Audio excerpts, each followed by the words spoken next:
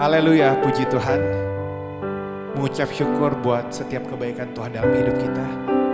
Dimanapun teman-teman berada, dan apapun yang teman-teman alami saat ini, percaya, bila kita sampai hari ini, itu semua karena kebaikan Tuhan dalam hidup kita.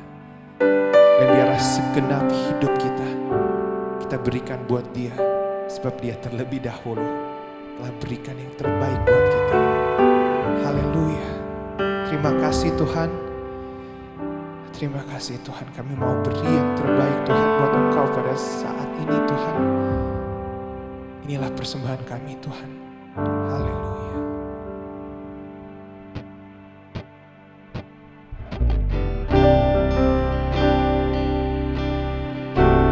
Terima kasih Tuhan. Kami bawa kepadamu Tuhan.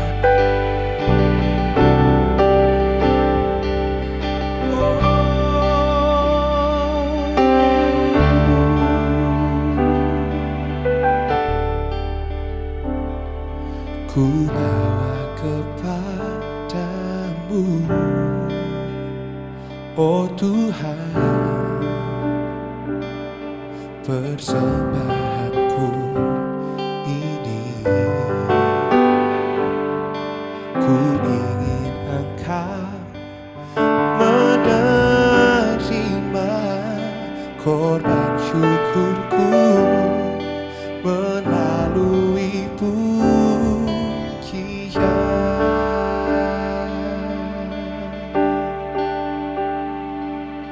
ku bawa kepadamu, oh Tuhan, persembahanku ini. Ku ingin Engkau menerima korban syukurku melalui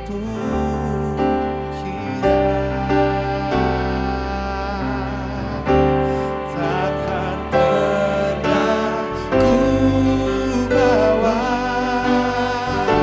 selain yang terbaik, yang harum dan sejati di hadapan tatamu. Yesusku, terimalah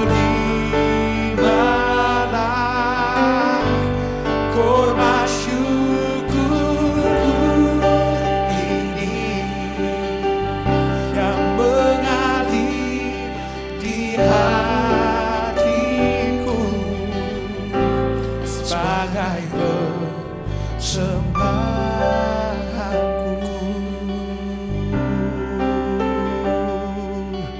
Sembahanku Tuhan, oh Yesusku, terimalah.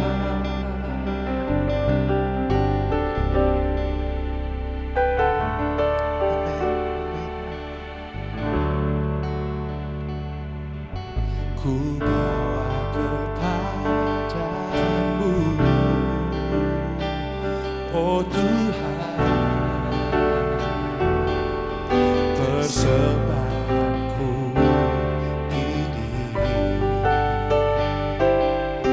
Ku ingin Engkau menerima korban syukurku melalui pujian. Oh,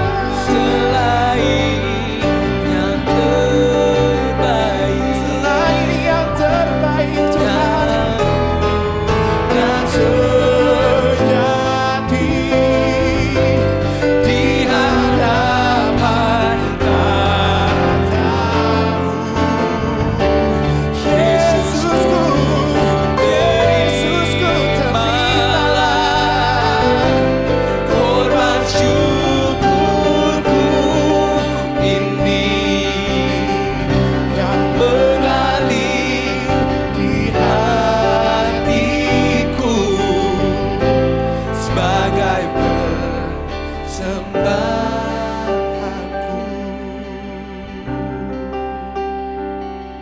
sebagai persembahanku Tuhan. Oh Yesusku, terimalah.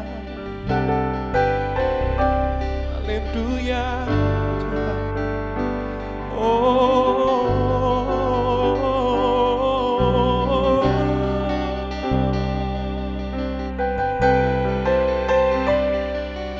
Kami sembah Engkau Tuhan. Oh kami sembah Engkau Tuhan.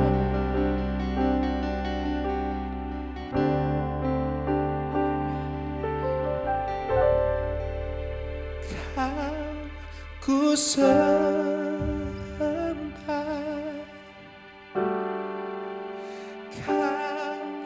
ku sembah,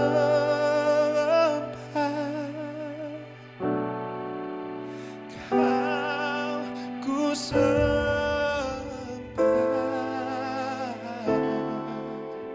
oh Tuhan.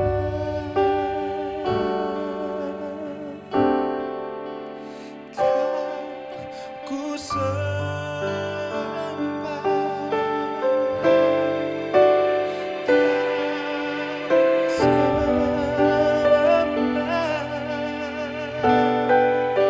dan ku sembah, oh Tuhan.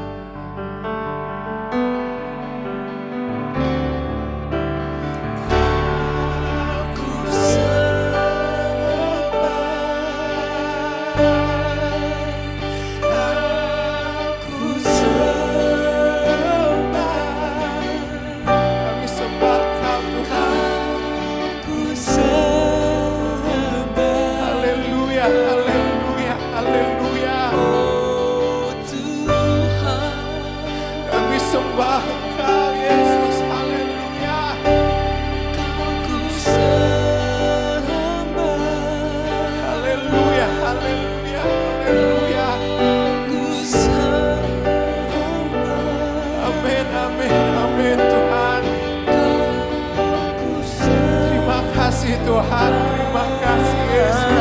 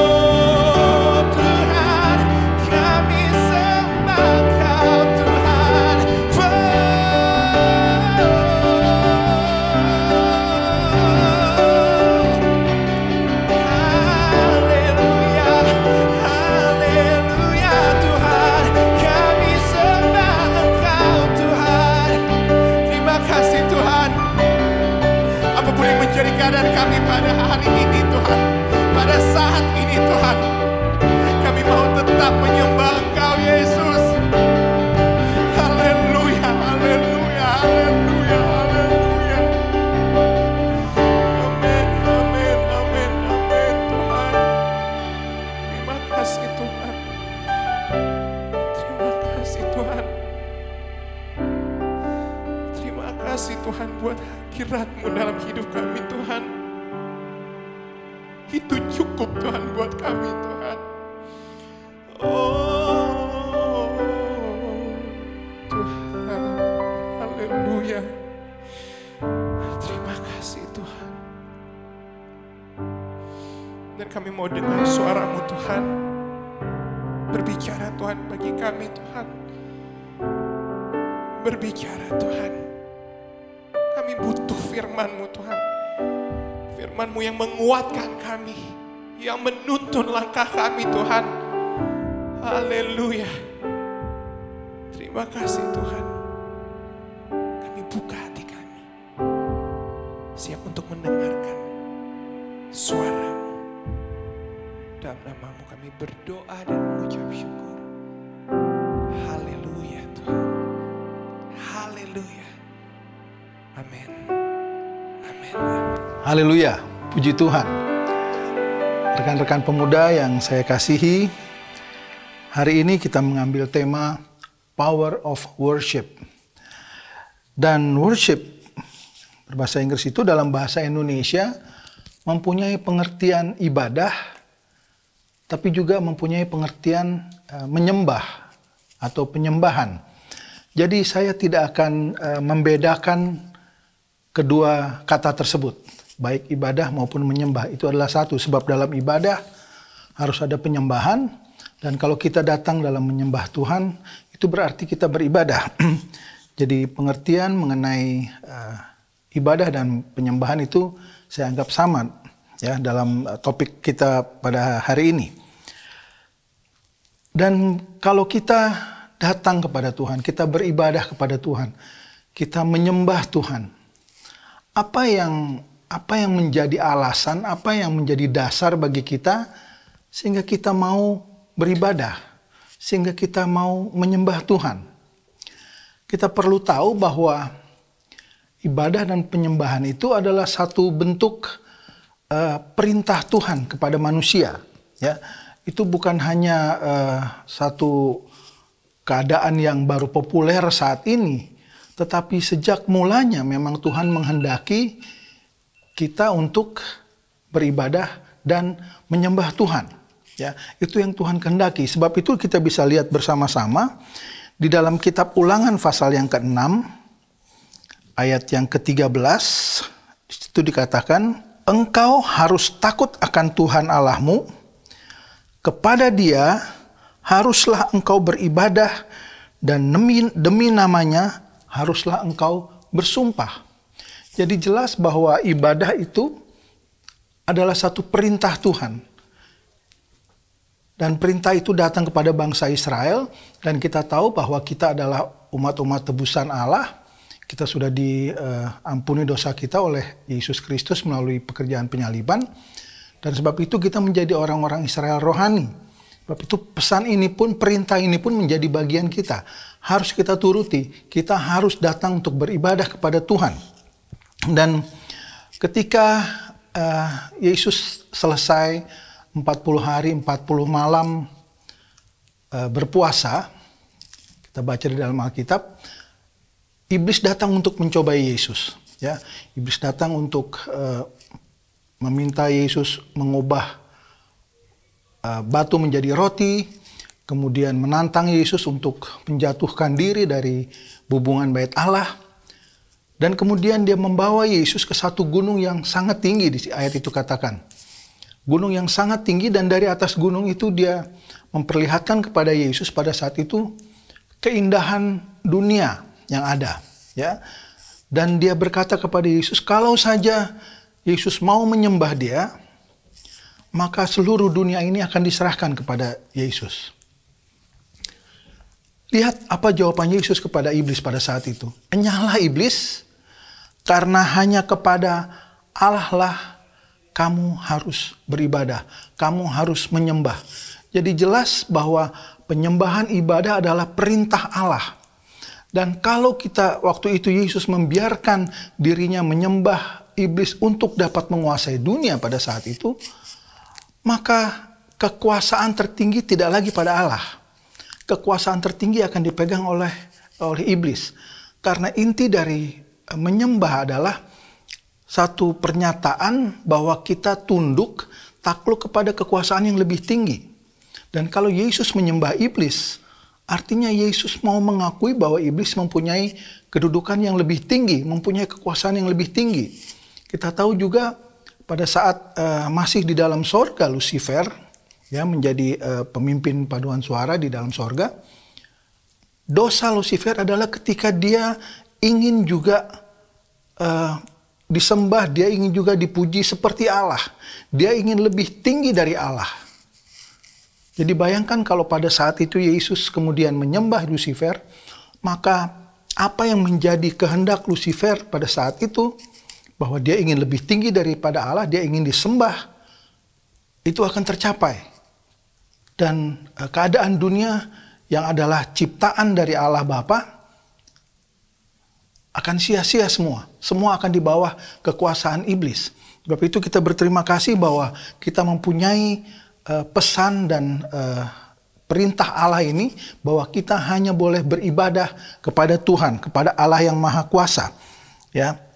Sebab bagi bangsa Israel, kita tahu bangsa Israel dulu ada di dalam perhambaan di Mesir. Kemudian Tuhan membebaskan bangsa Israel keluar dari Mesir, keluar dari masa perhambaan, sehingga disebutkan juga keluar dari masa kegelapan di Mesir itu. Israel keluar dan dibawa ke tanah perjanjian, satu masa yang baru, masa yang penuh dengan terang, ya. Dari gelap, dari perhambaan di Mesir dibawa ke tanah perjanjian, yaitu terang yang abadi. Dan kita tahu juga bahwa apa yang menjadi tujuan Allah membebaskan bangsa Israel adalah bukan hanya mereka dapat menempati tanah perjanjian, tapi juga ada tujuan penting yang Allah ingin sampaikan kepada Israel pada saat itu, yaitu bahwa bangsa Israel harus dapat dengan bebas beribadah kepada Tuhan. Karena mereka selama berada di dalam perhambaan di Mesir, mereka tidak dapat dengan bebas beribadah kepada Tuhan. Sehingga Tuhan membebaskan mereka, Tuhan mengeluarkan mereka dari perhambaan di Mesir dengan tujuan supaya mereka dapat bebas beribadah kepada Allah, ya. Sebab itu kita bisa lihat di dalam Keluaran pasal yang ke-7, 8 dan 9 bagaimana maksud tujuan Allah mengeluarkan bangsa Israel dari Mesir. Dan kita sebagai Israel rohani, apa yang terjadi dengan kita? Di dalam 1 Petrus pasal yang kedua ayat yang 9, saya percaya kita semua sudah kenal ayat ini. Dikatakan bahwa kita atau kamulah bangsa yang terpilih, imamat yang rajani, umat pilihan Allah. Kita dikeluarkan, kita dikatakan situ, kita dipanggil keluar dari kegelapan, masuk kepada terangnya yang ajaib. Seperti bangsa Israel keluar dari Mesir menuju ke tanah perjanjian, dari masa yang gelap menuju kepada yang terang. Kita juga dari dosa kita sudah ditebus oleh Allah, sehingga keluar dari kegelapan kepada terangnya yang ajaib. Dan untuk itu kita perlu menyembah Tuhan. Itu menjadi alasan bagi kita kenapa kita harus menyembah Tuhan. Karena kita sudah keluar dari kegelapan menuju ke terangnya yang ajaib, ya. Di dalam 2 Raja-Raja, kita baca saja bersama-sama 2 Raja-Raja pasal yang ke-17. 2 Raja-Raja pasal yang ke-17 ayat yang ke-36. Situ dikatakan, tetapi Tuhan yang menuntun kamu dari tanah Mesir dengan kekuatan yang besar dan dengan tangan yang teracung, kepadanyalah kamu harus berbakti, kepadanyalah kamu harus sujud menyembah dan mempersembahkan korban. Jadi kita harus berbakti, kita harus sujud menyembah, dan kita harus mempersembahkan korban hanya kepada Tuhan, bukan kepada Allah lain. Bukan kepada orang lain, bukan kepada benda-benda mati yang tidak dapat menjawab doa, tetapi kita harus datang kepada Tuhan untuk menyembah Tuhan, ya. Dan kalau kita tahu bahwa kita harus menyembah Tuhan, maka penyembahan kepada Tuhan itu adalah merupakan satu bentuk respons kita atau satu bentuk tanggapan, satu tindakan dari kita yang kita lakukan karena di dalam Wahyu pasal 15 ayat 3 dan 4 itu dikatakan karena besar dan ajaib pekerjaan Tuhan. Kita sudah merasakan, kita sudah mengalami besar dan ajaib pekerjaan Tuhan dalam kehidupan kita. Ya. Semua bangsa pada satu saat, semua bangsa akan datang untuk menyembah Tuhan. Dan sebab itu kita juga harus menyembah Tuhan. Karena apa? Karena perbuatan-perbuatan Tuhan yang ajaib. Karena pertolongan Tuhan. Karena Tuhan sudah mengeluarkan kita dari kehidupan yang gelap dalam dosa. Menuju kepada terangnya yang ajaib. Menuju kepada keselamatan. Tuhan sudah janjikan kepada kita hidup yang kekal bersama-sama dengan Dia. Kalau kita percaya kepada Tuhan. Dan dalam penyembahan, dalam kita beribadah, saya tahu kita orang-orang muda seringkali lebih merasa lebih santai, lebih nyaman kalau kita bebas-bebas saja. Oke. Tetapi untuk datang kepada Tuhan, untuk menyembah Tuhan, untuk beribadah kepada Tuhan, kita harus mempunyai sikap. Ya. Seperti juga ketika kita menghadapi perjamuan kudus atau perjamuan Tuhan, kita harus mempunyai sikap. Dikatakan di dalam 1 Korintus itu, kita harus memeriksa hati kita. Waktu kita ingin datang kepada Tuhan untuk menyembah Tuhan, kita ingin datang kepada Tuhan untuk beribadah kepada Tuhan. Kita tahu Tuhan adalah Raja segala raja. Ya. Ketika kita datang untuk menghadap seorang pejabat pun, kita harus mempunyai sikap yang baik. Kita harus berpakaian yang baik. Apalagi kita datang menghadap Raja segala raja. Kita ingin menyembah Tuhan. Kita ingin beribadah kepada Tuhan. Maka yang diharuskan adalah kita memeriksa hati kita. Apakah hati kita sudah benar di hadapan Tuhan? Apakah kita masih ada dosa-dosa yang tersembunyi di hadapan Tuhan? Kalau masih ada hal-hal seperti itu, sebaiknya kita akui itu dulu di hadapan Tuhan. Kita mengaku kepada Tuhan keberadaan kita. Kita mengaku dosa-dosa kita dan kesalahan kita. Maka Tuhan akan menolong kita. Sikap kita untuk masuk ke dalam penyembahan. Kemudian kita juga harus memiliki hati yang sepenuhnya mengasihi Tuhan. Jadi dalam Matius ajaran mengenai kasih itu, Tuhan katakan kasihilah Tuhan dengan segenap hatimu. Jadi untuk datang menyembah Tuhan, untuk datang beribadah kepada Tuhan, kita harus mempunyai kasih dengan segenap hati kita. Kita harus mengasihi Tuhan dengan segenap hati kita. Jangan ada perasaan-perasaan lain. Jangan ada kebencian kepada Tuhan. Jangan ada kepahitan kepada Tuhan. Sepenuhnya kita mengasihi Tuhan dengan segenap hati kita. Kemudian yang kita perlu juga miliki dalam sikap kita untuk menyembah Tuhan adalah kita harus mempunyai kepercayaan. Kita harus punya keyakinan untuk menghampiri Allah. Kenapa? Kita bisa yakin untuk menghampiri Allah kalau kita sudah memeriksa hati kita. Kita sudah tahu bahwa tidak ada dosa yang tersembunyi di hadapan Allah. Kita sudah minta ampun semua dosa dan kesalahan kita. Kemudian kita mempunyai hati yang sepenuhnya mengasihi Tuhan. Maka dengan modal itu kita harus berani untuk menghampiri Tuhan. Kita datang kepada Tuhan dan kita menyembah kepada Tuhan. Menghadap Allah dengan keberanian. Itu di dalam kitab Ibrani pasal ke-10 ditulis, kita dapat menghadap Allah dengan hati yang tulus ikhlas dan keyakinan iman yang teguh. Ya. Dan apakah kuasa, apakah manfaat dari kita menyembah Tuhan? Kalau kita menyembah Tuhan dengan roh dan kebenaran. Itu ditulis di dalam Injil Yohanes pasal yang keempat. Kita harus datang menyembah Bapa itu dalam roh dan kebenaran.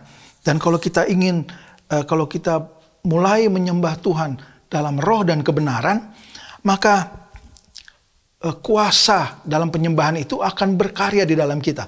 Kuasa dalam penyembahan itu akan mendatangkan manfaat kepada kita. Manfaat apa yang dapat kita peroleh dalam penyembahan kepada Tuhan? Pertama di dalam Keluaran pasal yang ke-23 ayat yang ke-25, tetapi kamu harus beribadah kepada Tuhan Allahmu, maka Ia akan memberkati roti makananmu dan air minumanmu, dan aku akan menjauhkan penyakit dari tengah-tengahmu. Ya, Allah akan memberkati kita. Kalau kita datang menyembah Allah dengan benar, kita menyembah Allah dalam roh dan kebenaran, Allah akan memberkati kehidupan kita. Dikatakan akan memberkati air minuman kita, memberkati roti makanan kita, dan menjauhkan sakit penyakit.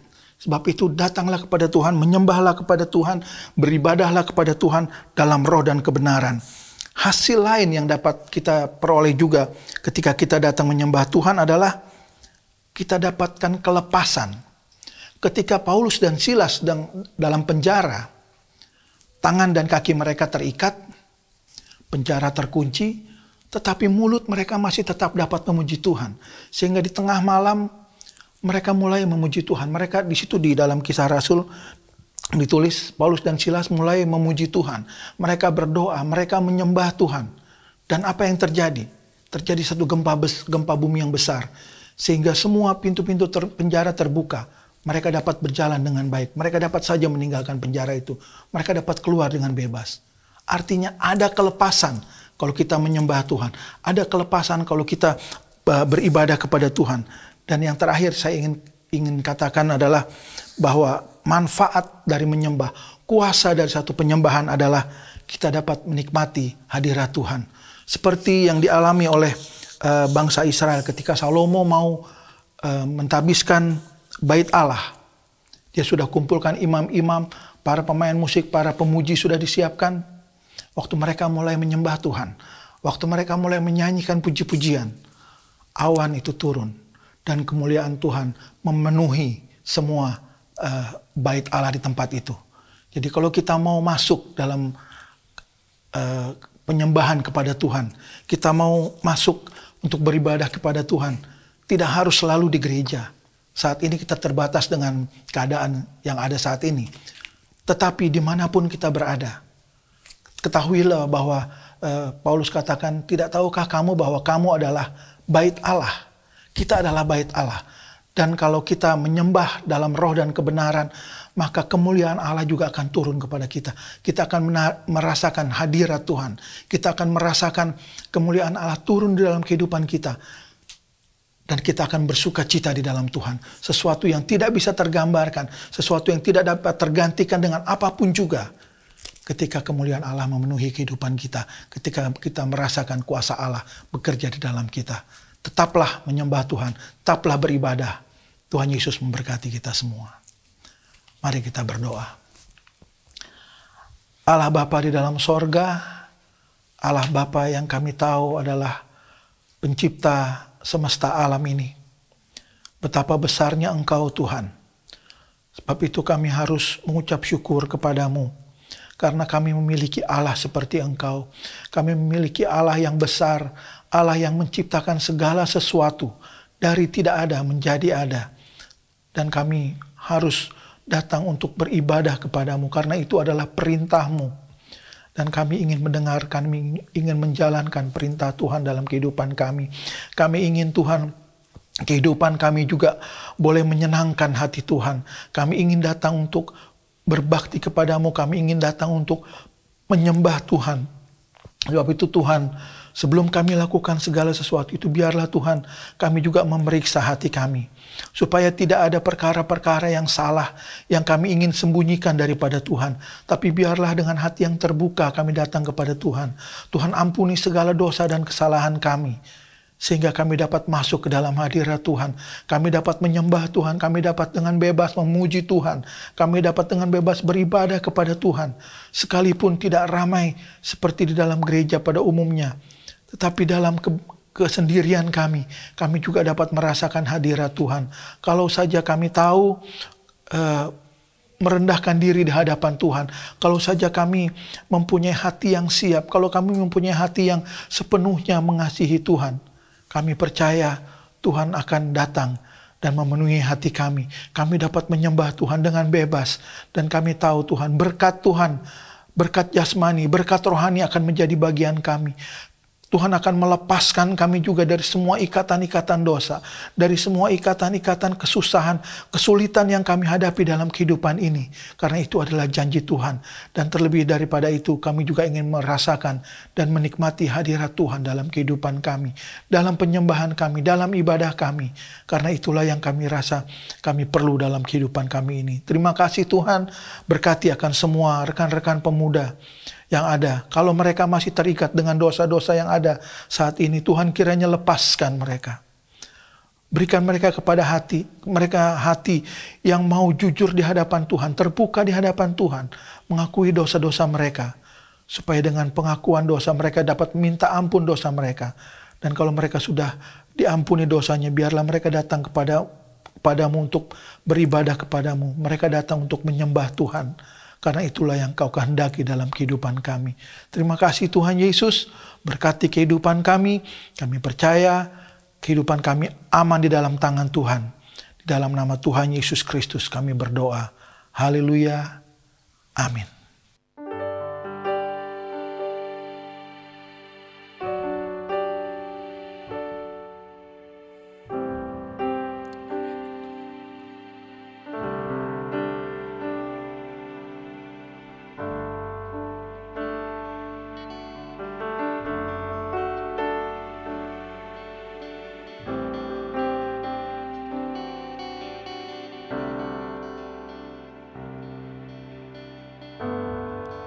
When the music fades, all is stripped away, and I simply come,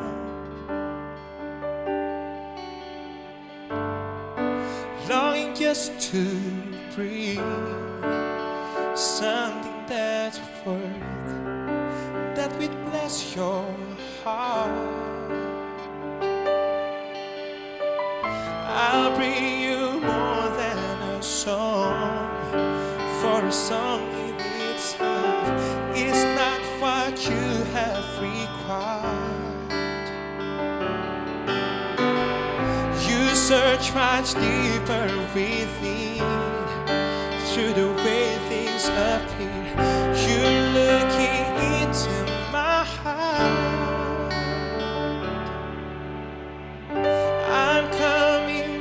To the heart of worship, it's all about you, and it's all about you, Jesus.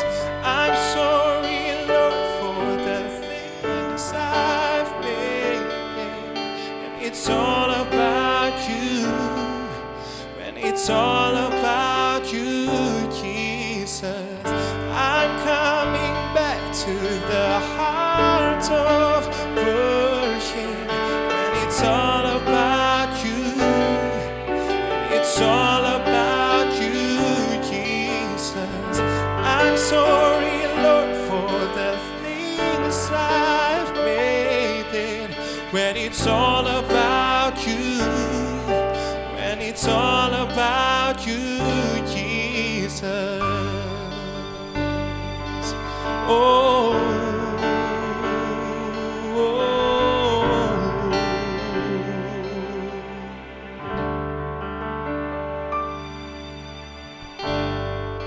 longing just to breathe something that's full, that will bless your heart. I'll bring you more, I'll bring you more than a song, or a song in itself is not what you have required. You search much deeper within, through the way things appear. You're looking into my heart. I'm coming back to the heart of worship, and it's all about you, it's all about you, Jesus. I'm sorry, Lord, for the things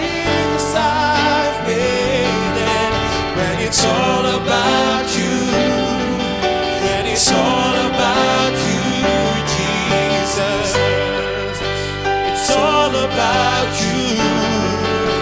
It's all about you. And it's all about you, Jesus. It's all about you. It's all about you. And it's all about you, Jesus. Come on. It's all about you. It's all about you. It's all about you, Jesus. And it's all about you, Jesus. It's all about you. It's all about you. It's all about you. And it's all about you, Jesus. I'm coming back to the heart of worship. And it's all about you. And it's all about you, Jesus. I'm sorry, Lord, for the things I've made it. When it's all about you. When it's all about you, Jesus. I'm coming back to the heart of worship. When it's all about you. When it's all about you, Jesus. I'm sorry, Lord, for the things I've made it. When it's all about you. When it's all about you, Jesus. I'm coming back. I'm coming back to the heart of worship. When it's all about you. When it's all about you, Jesus. When it's all about you. I'm sorry, Lord, for the things I've made it. When it's all about you. When it's all about you, Jesus. Come on. It's all about you. It's all about you. When it's all about you, Jesus. It's all about you. It's all about you, Jesus. It's all about you. It's all about you, Jesus. It's all about you, Jesus. It's all about you. It's all about you. It's all about you, Jesus. It's all about you, Jesus. It's all about you, Jesus. It's all about you. It's all about you, Jesus. It's all about you. It's all about you, Jesus. It's all about you. It's all about you. And it's all about you, Jesus.